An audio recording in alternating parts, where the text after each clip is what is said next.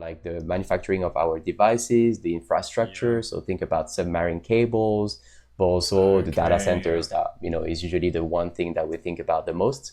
So all those physical assets, our devices, are about 57%, and the rest, which is like related to our usage, operation, like charging our computer, powering our data centers and so on, account for about 43%. So that's kind of... Hello, and welcome to the EcoSend Podcast, a weekly podcast on becoming a climate-conscious business. Every week, we'll be interviewing founders, marketers, and leaders who are championing the climate. The podcast is hosted by myself, James Gill, co-founder and CEO of Go Squared, and the makers of EcoSend.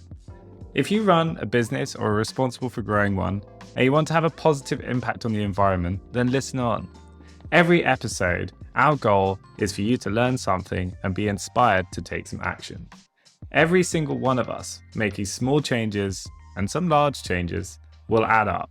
We're all in this together. So let's get on with the show. Thanks so much for listening. Now let's meet today's guest.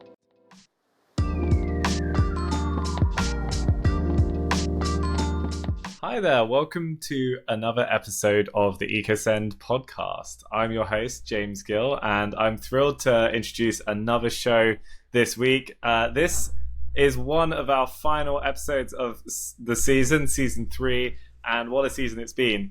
I'm thrilled today to be joined by François Burra, who is working in the world of digital sustainability, which is a topic I know we've been chatting about quite a lot. Now, François is a product lead and UX consultant, a mentor, and a speaker with 12 years of experience working with startups and agencies in Canada and the US. He's based in Montreal, and after taking almost a full year off and following climate courses, François pivoted his career to fight the climate crisis and is now helping digital companies and product teams take advantage of the net zero opportunity and to reduce their digital emissions. François, it's such an honor to be chatting with you today. This is a hugely important topic for us at EcoSend and for many of our listeners, so can't wait to unpack it with you. How are you doing today? I'm doing great. Thank you so much for the invitation for speaking today with you, and hopefully we're gonna have fun today. Yeah, absolutely, François. Yeah, it's great to be chatting. So François, maybe in your own words, like, what are you up to, and tell me more about this, because I guess for many people, hopefully many people listening to the podcast are going to be aware of digital sustainability and digital emissions, but I would also wager that probably quite a few people are not aware of this. They think of the car they drive or other industries as being polluting, but digital is polluting too. Tell us all about this. Basically, like in 2021, a report came out saying that the digital emissions represented about 3.8% of all greenhouse gases emission globally. So that's a lot, isn't it? So that's quite a lot. It's kind of, if to compare it with other industries, it's almost twice the equivalent of the aviation industry, which in our mind is like way more being more discussed and is polarizing more the society. But it's the equivalent as well. Another benchmark would be the road freight. Road transportation is about the same as the digital emissions coming from digital or internet overall, and it's projected in 2040 to go from like this, let's say between 3 to 5% to 14% in 2040, and most of this growth is due to the adoption of AI and the big boom that AI is getting at the moment for very good reasons. Also some other that we can dive into more after. Less good, let's say, but yeah. So it's a big topic, and when we think about digital, we think about the cloud. So it's all up in the air, but I mean it's actually up in the air. Like if we think about carbon emissions or greenhouse gases, but it has a real physical material impact. And it's kind of divided into maybe 60% or 57% to be more specific is about everything that relates to the production, the manufacturing, or everything that powers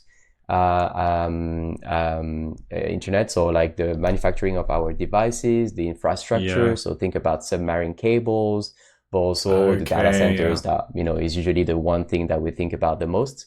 So all those physical assets, our devices, sure, are about 57%, and the rest, which is like related to our usage, operation, like charging our computer, powering our data centers and so on, account for about 43%. So that's kind of very material impact that we can that we need to approach and understand to really start thinking about how our job and our life impact impact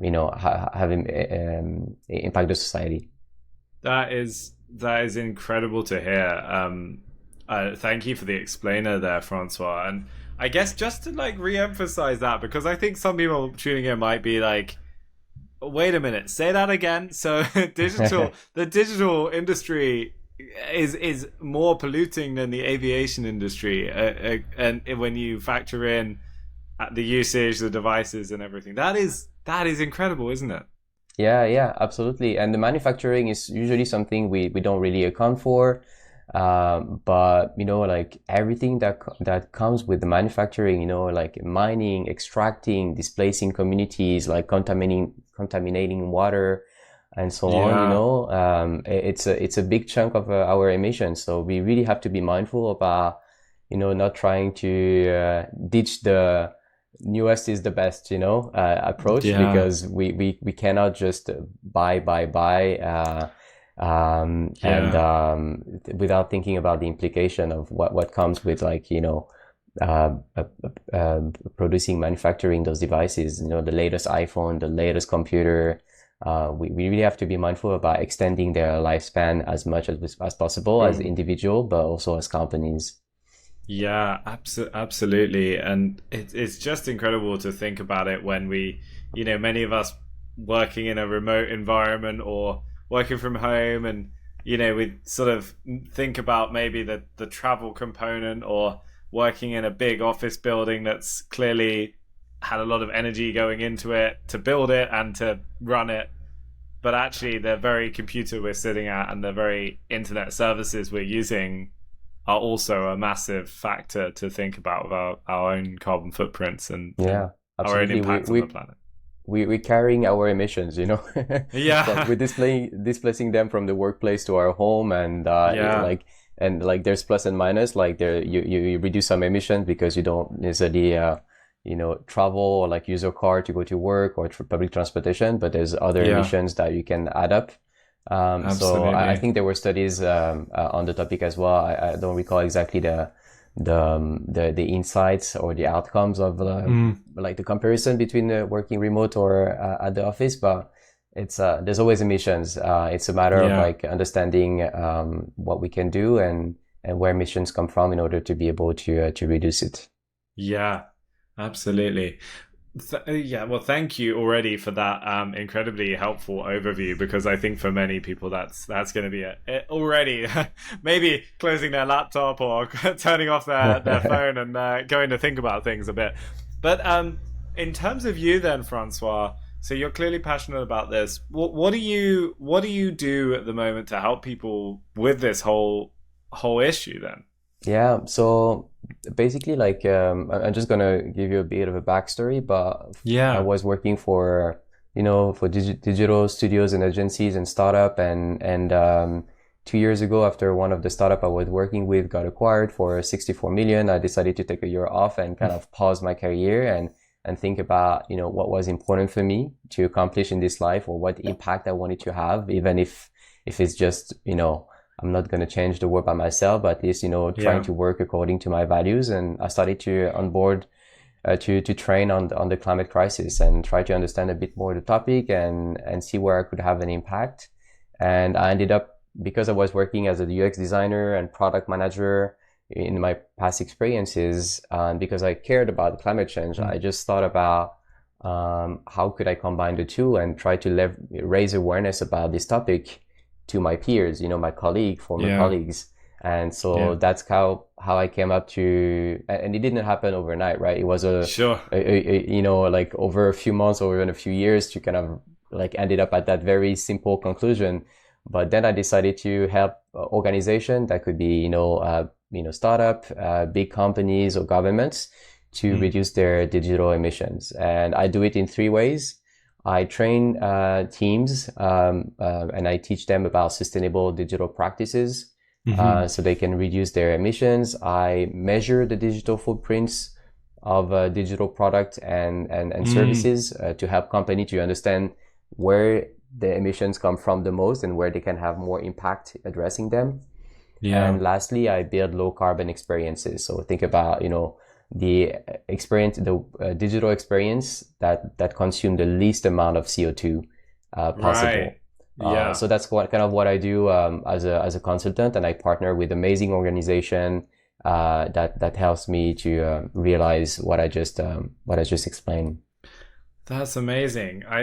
That makes a lot of sense. So yeah, it's sort of something you've got the skills from your previous experience to have this impact and this passion and drive to make some impact. It's also exciting, and I think about this a lot with what we're doing with EcoSend, where like you as an individual or a team can have such an outsized impact when you change people's behavior at a wider scale, and when you can impact one website or one email or one web experience of some sort, then multiply that by how many people visit it or read it or experience it on a daily basis, and it's incredible how much impact you can have if you make just even a handful of small changes. It's so cool. Absolutely. And just to piggyback on that, part of the training that we gave with actually a British organization called Product for Net Zero, one of our key points and message is that the biggest impact we can have in our life is through our work, right? I mean, I am vegan, for instance, but being vegan in my own little corner, would not have a major impact, So like in order to amplify and demultiply my impact, I think it has to be through our work, basically, because as you said, like if you work for a company that have 1 million of visitors, changing something in the way you build your product or develop it could have a tremendous impact. So that's way bigger than everything that you can do in your personal life. And it's not just either or, like ideally you do both, right? But it's just a matter of like having an order of magnitude in terms of the impact you can have. And work is definitely a place where there's tons of opportunities to have an impact, but also that can help your business, Yeah, absolutely. Yeah, that's a really good point too, as well, that often these changes, they're not at the sacrifice of business success. They're actually helping with it too, which is pretty cool. And that maybe is a good segue onto something you're working on right now, which is, I know, a big project of yours that you've been putting a heck of a lot of energy and effort into, Francois. So you're working on a white paper of some sort, is my understanding. So it'd be great to hear a bit more about this, because I'm relatively I treat me like I know nothing about it, because I barely do know anything about it. So I'm excited to hear more. Yeah, so basically, like it all came up with a discussion I had with a friend of mine, and I came up strong in a discussion being like, as a product, like for the context, there's tons of resources, like amazing resources as an engineer to apply sustainable practices or climate best practices. Same for designers, your UI designers, UX designers. There's tons of like communities and best practices for that. But when it comes to product managers, there's nothing or not a lot, to be more fair. Okay. And I felt as a product manager a bit frustrated that I knew my peers, and part of the training programs that I followed as well when I was doing my transition to work on the climate crisis, there were a lot of them that were product managers, product leads, senior PM, and so on and so forth, but there were no tailored, playbook for them to incorporate climate consideration into their job. And on top of it, product managers I don't know how familiar you are with it or how, whether your audience is familiar with the job, but basically like you're supposed to take the vision and materialize it into the execution. So really like have a role of influence and like you're a translator. So there's this vertical influence, if we can say, but there's also, you collaborate with all stakeholders, all departments. So you have this kind of more horizontal influence. And because of that, I felt like this superpower that product manager have could really help, to drive even more impact in the company and affect emission in a more substantial way than maybe other jobs could, or equally as good. So I felt like we needed a playbook for that. And part of the discussion I was having is like, we need that. I'm going to work on it. And I was with my partner, a collaborator, Antoine Cabot, who works with me on this project. And we were like, okay, let's do it. So that was like probably 6 months ago. Okay. And basically what it is, to make it super simple, I was giving you a bit of a backstory, but it's we want to hear more. It's great. It's a playbook of 34 best practices that helps product managers to be more climate conscious, to apply nature positive best practices that not only reduce emissions, CO2, greenhouse gases, but also are good for the biodiversity. And we wanted it in a way that it's super practical. You read it and you know exactly what are the steps to apply each of those best practices, what are the pitfalls that we will warn you about, what are the benefits, and the tips that you can also leverage.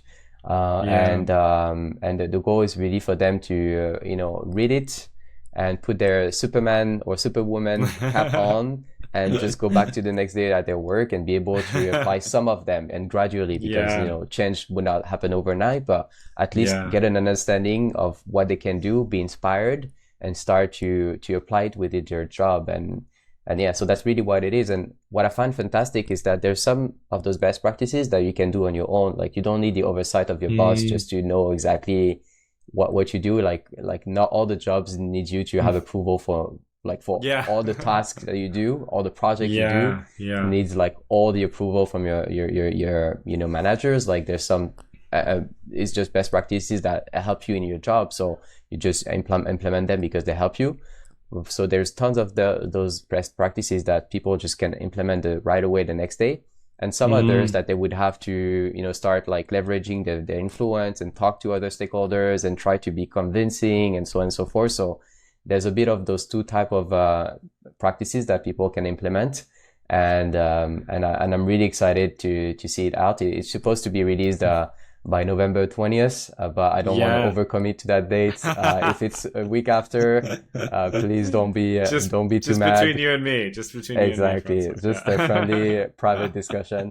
So I'm really, really excited to bring this impact. Hopefully it's going to be useful. And this is the first version. So I'm sure there will be tons of room for improvement over the next few years and months. Absolutely. It's thank you for sharing that. It's actually really fascinating to hear, because on this podcast we've spoken to a few people in the world of digital sustainability, and I don't think so far really spoken to anyone from a product management background and perspective. We had some really good conversations with Tom and Marketa from Whole Grain Digital, who are a digital agency. They work a lot on websites and building really planet-friendly websites and thinking about a lot of the attributes there. Also with Tim Frick from Mighty Bytes, who was writing a lot of the sort of really documentation around the best practices for building good websites from an environmental perspective. And I think it's just really exciting to see more and more people really educating, inspiring others, and raising awareness of this whole topic. And I think what you're doing there with product management is really great, because product managers do sit between so many of those disciplines, as you were saying. There's they've often got a seat at the more senior exec kind of table, but they also influence what everyone's building and working on with developers, designers, and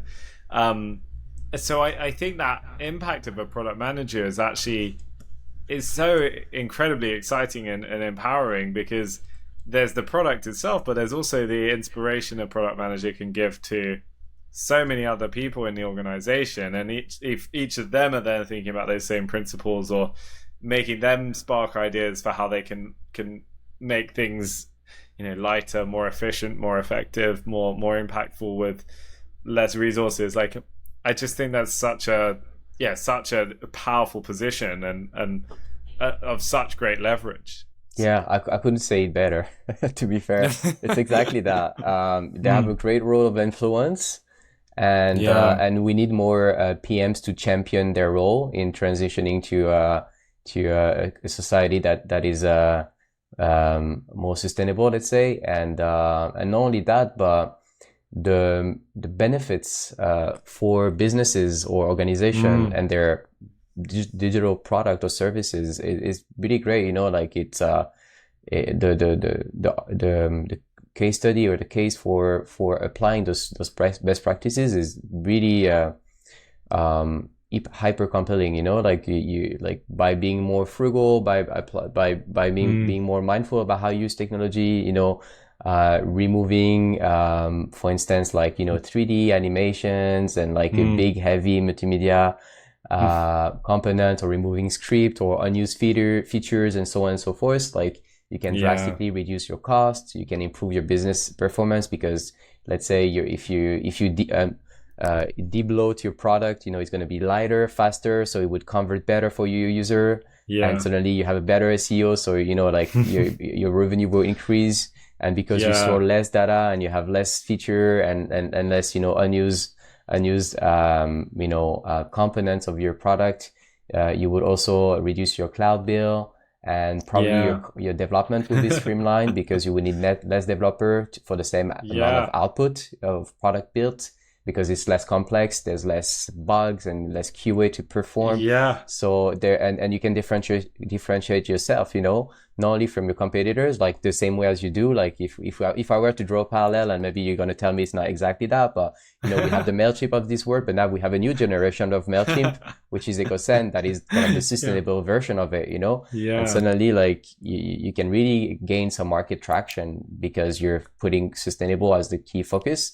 But also your employees probably would be happier, because we know that the new generation really cares a lot about, the climate crisis. They kind of were born, unfortunately, with this eco-anxiety.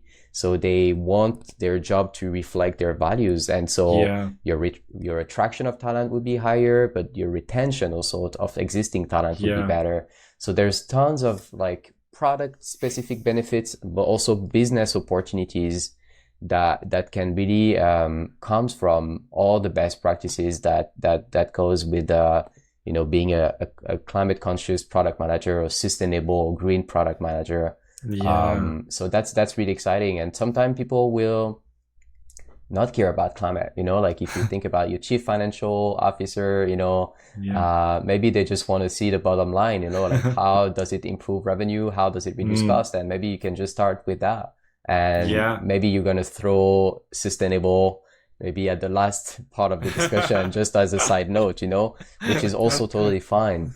You have to adapt and cater your message to who you're talking to. But I think the business case is super strong, and I hope that within the next few years, and with more and more examples and case studies, we're going to be able to have specific, numbers to showcase, being like, you can reduce your cloud cost by 20%, you can improve your margin by X, and I think that would be that would make this argument even less even more impactful and harder to refuse, or refute.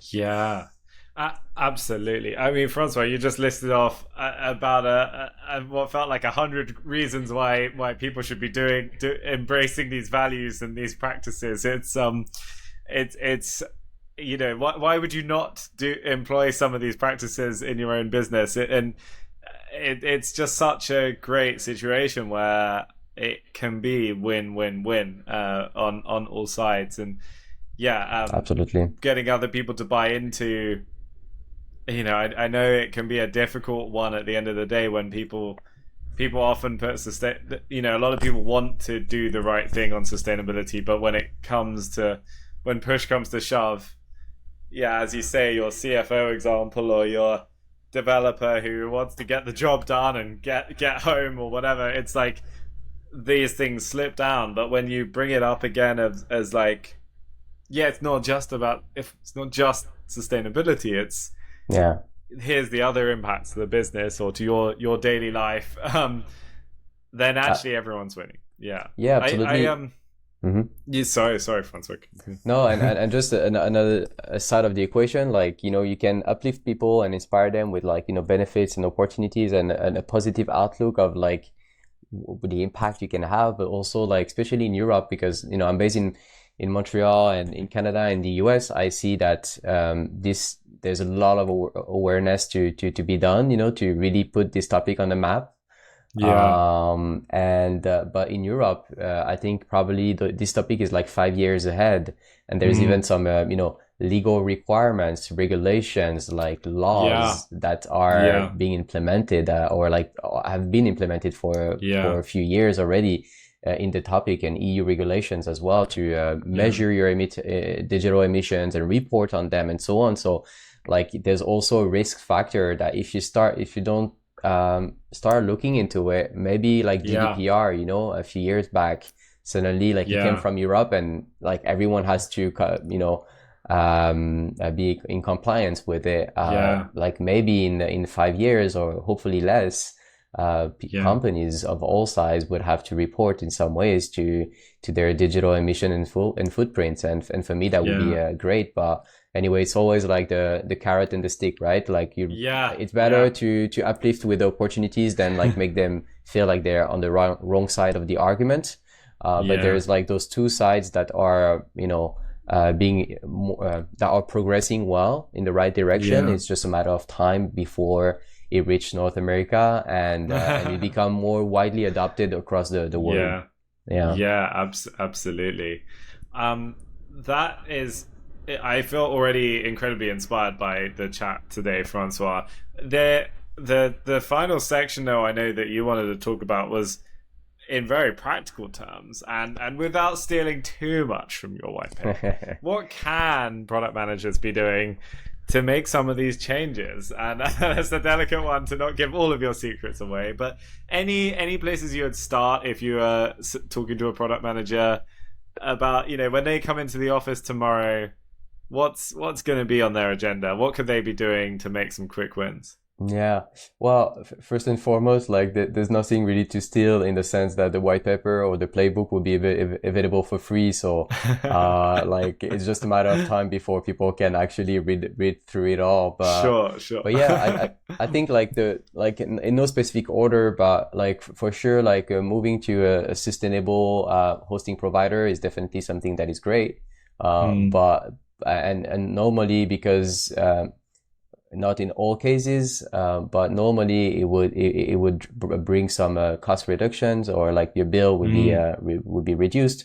So that's usually something you can start to do, and it's fairly easy. Like again, it depends on the context. So that's one. You can start to like just talk about climate, in your company. You can organize talks, raise awareness, like promote some trainings like the one I'm doing, but there's a bunch of others that are available like in the North America and in Europe. So and talk about it, engage with your value chain and partners and clients and customers, because this is a topic that they probably also care about, and there's probably some ways you can start to influence them and try to all together reduce your emissions. But the first thing I would say is, starting with measuring. Like there's great tools out there. There's some free tools for website that are good for raising awareness, but maybe less precise. But there's also professional solutions like the one I'm working with, Frigger, that really can help your business to measure the specific emissions, digital emissions. And because, you can improve what you can measure, you can really address the biggest emitters first, and then move on to start with the low hanging fruits and start and continue with maybe harder things to improve on. And I would say overall, like everything that, as I was alluding to earlier, everything that is either unused, whether it's data, old user accounts, features, scripts, name it, all of it that is kind of like the fat of your product that doesn't bring any value, let's say. You can remove it. Also optimize a multimedia file, as I said, like videos, images, compress them, adapt them to the like where the user is consuming that information. Probably 3D and animation, like don't use them. It's probably distracting users anyway and doesn't drive any business results in most cases. So, probably be mindful about how you use them, because that could just, consume all your, budget, your carbon budget, let's say on your website or on your experience, and just reduce the complexity of your, pages and interface, because, the more, the more your experience, is heavy, bloated, the more it consumes energy, and energy is a proxy for emissions, right? And absolutely. We know that the world is 80% of the world's energy is being produced by fossil fuel energy. So like it's really a factor of like greenhouse gases emission by the amount of data that is being transferred and the energy that is being consumed by your product. So those are a few things that I would say are important, but I would say start measuring it and start taking the actions to reduce it, experiment, and don't fall into the pattern of like only looking at look at the trends rather than like being 100% accurate on every aspect to it, because that's you want to see the curve or the graph trending in a positive way with your emission being reduced, rather than trying to reach 100% of accuracy before lifting your finger. Sure. So that would be some stuff I would say. And maybe the last thing, because I don't want to give too much of a teaser, but I think it's super important, is that embodied carbon. So like everything that pertains to the emissions of devices, of like physical and tangible assets like data centers, servers, and your computers and phone and so on. I would say, like, as a product managers, it's super important to make sure that you are being inclusive and you support old operating systems and old devices, because the last thing you want to do is to force people to upgrade their phone and buy the newest phone to be able to just use your product.